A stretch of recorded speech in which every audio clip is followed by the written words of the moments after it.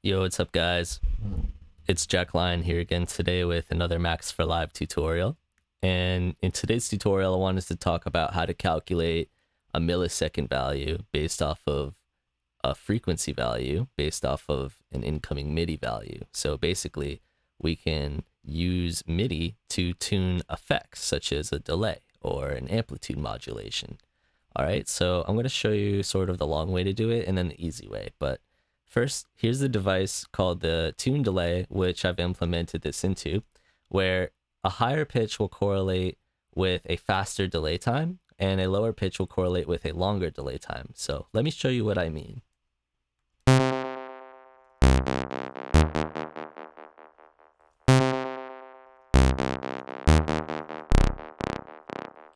So as you can hear, the echoes are changing their timing based off of the note I'm playing. That's not me turning any knobs or anything. So I'm going to show you how we can sort of use this. So maybe in a future tutorial, I'll figure out a way to make it all happen just from an audio device without the send, because there is a way to do that, but it's fairly new. However, in the meantime, this method I'm going to show you totally works. So let me show you how I would do it for now. So this max MIDI effect and max audio effect are what we want. They're just blank templates for creating effects. And what we want to do is start with this MIDI effect, okay? So first we need a MIDI parse. And the reason is because we need to get pitch and velocity. So we're going to want to unpack that and send that into a ddg.mono. So ddg.mono is going to ensure that our note on, note off behavior behaves like a monophonic synth so that our delay time doesn't get confused. And the forward object is going to send our signal around the patch and devices in the project. So we need a prepend send and a live.menu. Okay, so in the inspector, we'll scroll down to range/enum. So this enumeration can be whatever we want, a list of animals, numbers, letters. So for our purposes, we'll just use a couple of letters and connect the middle outlet to the prepend send and the prepend send to the forward. All right, now that's all we really need. One last thing I guess we could include is these things. Last note priority, I guess, the mode and legato mode. I honestly just keep them on the default because I think they sound best that way, but that's just for my case. So, go ahead and experiment with that if you'd like for your own projects. So we can go ahead and save that. I'll call it maybe something like remote MIDI sender. Okay. All right. And then this effect is going to be, this part of the patch is going to be a little bit more complicated, but not much. We need a live.tab, and we want to duplicate that so that we have two of them. So in this first one, I'll go over to the range enumeration, and this time this one's going to be note, MIDI, and freak for frequency. And yeah, like we can just call it something like mode. And I like it to be initialized to this one, MIDI, which is identified by 1. So the initial enable will be 1. All right, cool. And then the second one over here, we're going to do something similar. This is going to be tuning standard. So we'll call it tuning. And the range enumeration will be like 432, like 436, 440, and 444. And if you're wondering what this is, these are just some standard tuning systems. Maybe you've heard of like A440 or A432. So this is going to be a fixed integer, which serves as like a basis for our tuning system. All right, so this live.tab will allow us to select it. I go with the standard, which is, I believe, A440. So I'm going to set the initial to that. So that will be denoted by a 3.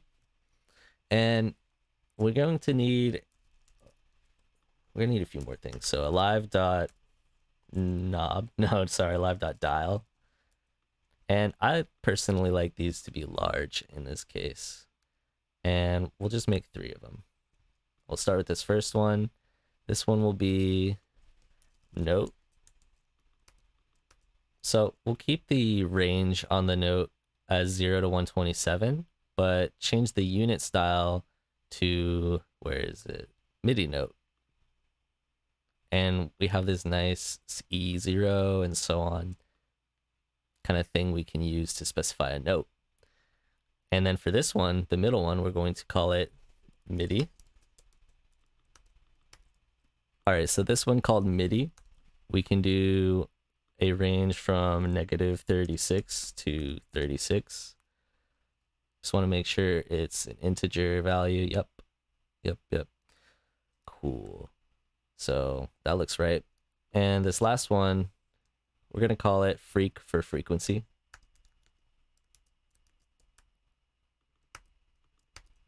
And for the range on this one, let's call it 0.01 and 500, because I think that once we go past 500, it doesn't really make much of a difference to my ear. So, and then all of these can be initialized. But before we do that, actually, this unit style is going to be frequency in hertz. And the exponent can be 0.5 for this one. All right, so we'll initialize it. And with this one, I'll initialize it to 0. Okay, so I've determined C3 to be the value of 60. So we'll initialize it to 60. And it'll be C3. Cool. So, all right, these are going to be toggled on and off by this system here. And in order to do that, we need a message box with this message, active $1. And we'll just duplicate that for each dial. All right, so we're going to need some logic to sort of switch these on and off, because as you'll see, if we connect this outputs an integer value based off of which one's selected. So ideally we want, when note is selected, for this one to be active and the others to be deactivated. And then ideally if MIDI is on, then the MIDI is on and the note and frequency knob is off. So I will show you what I mean, how to do that. So if $I1 is less than 1, then 1 else 0. And we're going to need a few of these, so just bear with me. So that one goes into there. I'm going to duplicate this and say if $I1 is less than, actually, sorry, let me start this one from scratch. So we're going to say if, and put this in parentheses, $I1 is greater than 1.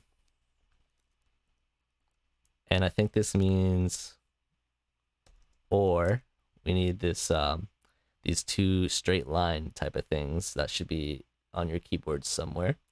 So we need this logic operator, and we need to say $I1 is less than 1.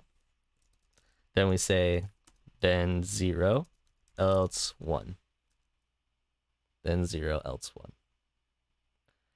All right, and then we can duplicate this one from over here and say if $I1 is less than 2, then 0 else 1. All right, so this was a headache for me, but I figured it out a couple months ago, so I can just copy it like I did. But basically, you'll see, we'll try it out, of course, see if it works. But basically, this is what we're looking for. Yeah, cool. See how they sort of switch around based off of which one of these is selected? They correlate, and it's pretty and makes me happy. So we can move on to the next part. So every time this changes, I want it to send out a bang, which will be received by all of these, for each of them actually. So I need 2 more. And this is just sort of like insurance to make sure that the value is updated. so that if you switch to a different mode, it's not going to register the delay time from the previous mode. It'll essentially know we want to use this mode's value now. Switch to, we want 2 of them. All right, so we'll make this bigger and we can start patching some things here. All right, so I just tidied up a little bit, and what I'm gonna do next is this. So this note MIDI frequency thing can go into a +1 operator, and that can go into the first inlet of switch 2. All right, so basically that's just going to add 1 to the output of this thing, and that's going to allow us to open a switch that will let values in or out. So we need a trigger bang I, and we'll take that from this MIDI here, MIDI knob, and then we'll say +0 because we're going to add something to that, and we're going to basically take in the MIDI values from the sender. So we can say prepend set and receive.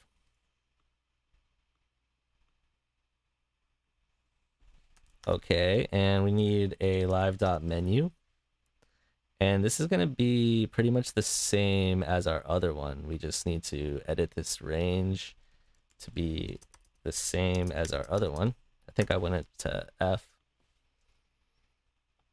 And that middle outlet goes in here. So then this receive goes in here. And the last thing is this goes to this here. So this is what we wind up with. Okay, so far so good. Now this can go into the right inlet of the switch, and this note one can go into the middle inlet. All right, so we're still not there yet with the math. We're still setting a few things up, but now our patches should be able to communicate, which is great. So whenever we're on MIDI mode, we'll start picking up messages from the MIDI sender. In the meantime, though, we can take this a little bit further and we'll start implementing the math, but we kind of want to bypass all this stuff if we're using the frequency mode. So we'll put the frequency in here. So yeah, if we want to use this mode, now it'll just come in straight through here rather than be processed by this or anything else really. So we're going to want that because we're going to add a few more things here, which is going to be, we're going to subtract 81. I forgot exactly why, but I believe this is shifting the range of the incoming MIDI values in order to sort of prepare it correctly for this conversion, this equation, so to speak. So we're going to need this expert object, and now we're going to do this. We're going to create a POW and say 2 point, comma, $I1 divided by 12. And that's it for that. We can connect that here. Now, what we're going to do is set up our multiplier times 0.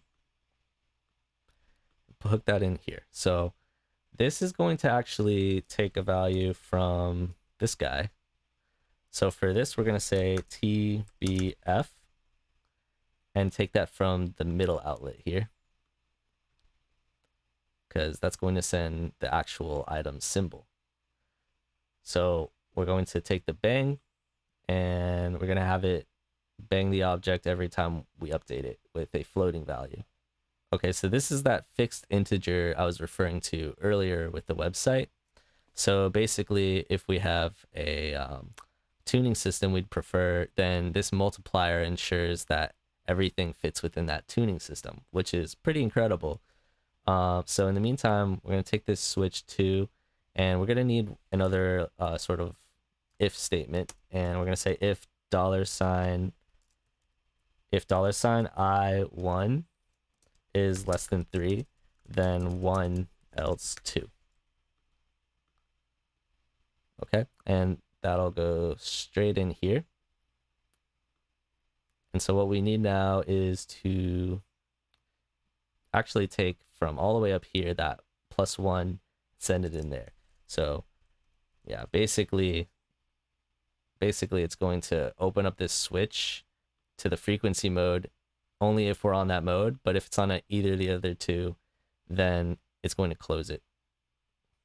Well, at least cut off this one. So we need this middle operator, or this middle inlet, to be connected to the 0 here,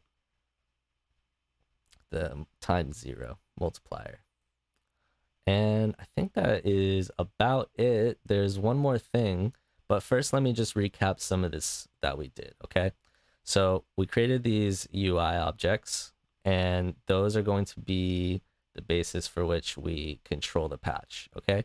So whenever we change the mode, it allows us to open and close these switches accordingly, and it actually also activates and deactivates the appropriate knobs so that we can work with them.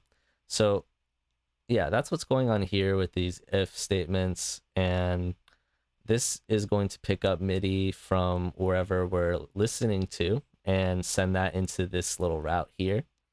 So then anything we send from the note or the MIDI, which is just like basically MIDI integer values, that's going to be sent through this conversion. Otherwise, when it's just the frequency, we don't do any math to it. We're just telling the delay exactly what time we want in accordance to the frequency. Okay, so basically we have our switches set up, and then this math is just according to that website that I showed you. Let me pull it up again. Okay, so here you see this is the frequency that we want, and this F0, the frequency of one fixed note which must be defined. A common choice is the A above middle C. So in this case, 440 hertz. That's what we got going on here. This is that multiplier, this F0 times. That's what this is for. This times gets filled in by whatever this is. And then this A to the N is this. We have, it's a power exponential operator. And this is just how we set it up in Max. Okay, so it's going to take our number in, and then it's going to operate on it, and then that's going to get multiplied by our fixed integer. All right, and then if we want to connect it to like an effect based off of like milliseconds, then what we need to do is get this. We need a inverted divisor and invert the division by 1000, because there is 1000 milliseconds in a second. Okay, so if there's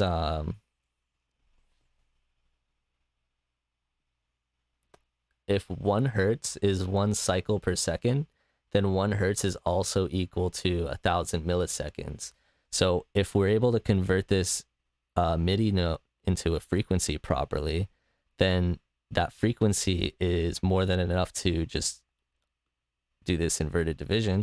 So we put 1000 over that, and it creates a smaller, the higher the note you go, the smaller the smaller the delay time becomes, because if we have shorter delays, we have a shorter periodicity. So periodicity refers to the length of time before a sound cycles and repeats. So as you may or may not know, if you have a sine wave that has a higher periodicity, that means it's a higher pitch because there's more of those cycles per second. So anyway, it's just a weird thing about milliseconds is we have to invert the actual frequency value with this division in order to get the right result. Otherwise, we don't really need to do that. We can just get rid of the inversion. But if it's something like amplitude modulation, for example, you know, like we just need to control like a sine wave. So, you know, all we would really need to do is tell the sine wave what frequency to oscillate based off of MIDI. So this might not be necessary. So this is sort of our output here that's going to depend on whatever you're patching this into. But other than that, this should be more than enough to get you started with this effect. Now, before I go, I just wanted to show you one more little thing. If you create this MIDI to frequency object, which is probably a lot more of a straightforward way to achieve this, and you could probably insert that like somewhere over here, they have this advanced tab with this nice expression here. And look at that, we also have our bass value, which we can exploit. So based off of our raw MIDI note, we're going to get a frequency value. So that's pretty cool that we have the ability to do it very easily like that. But I just thought I would walk you through this today and show you guys what you can kind of do with Max, regardless of the nice little things they have set up for you. And in this case, I could even come in and like change some things. And regardless of that too, we also learned a few tricks on how to kind of create interactive, dynamic sort of UI objects. So I hope this was useful for you. I hope that you got something out of this. And in the meantime, if you have any questions, just let me know. Thank you to my Patreon supporters, Joe Balba and John, Collective Unconscious. I really appreciate the support. If you'd like to join the Patreon, you can download these patches for free as well as every other from my other videos. I also have a few other perks on there for patrons on Patreon, so go check it out if you want to support the page and the channel. All right, in the meantime, I'll see you guys later.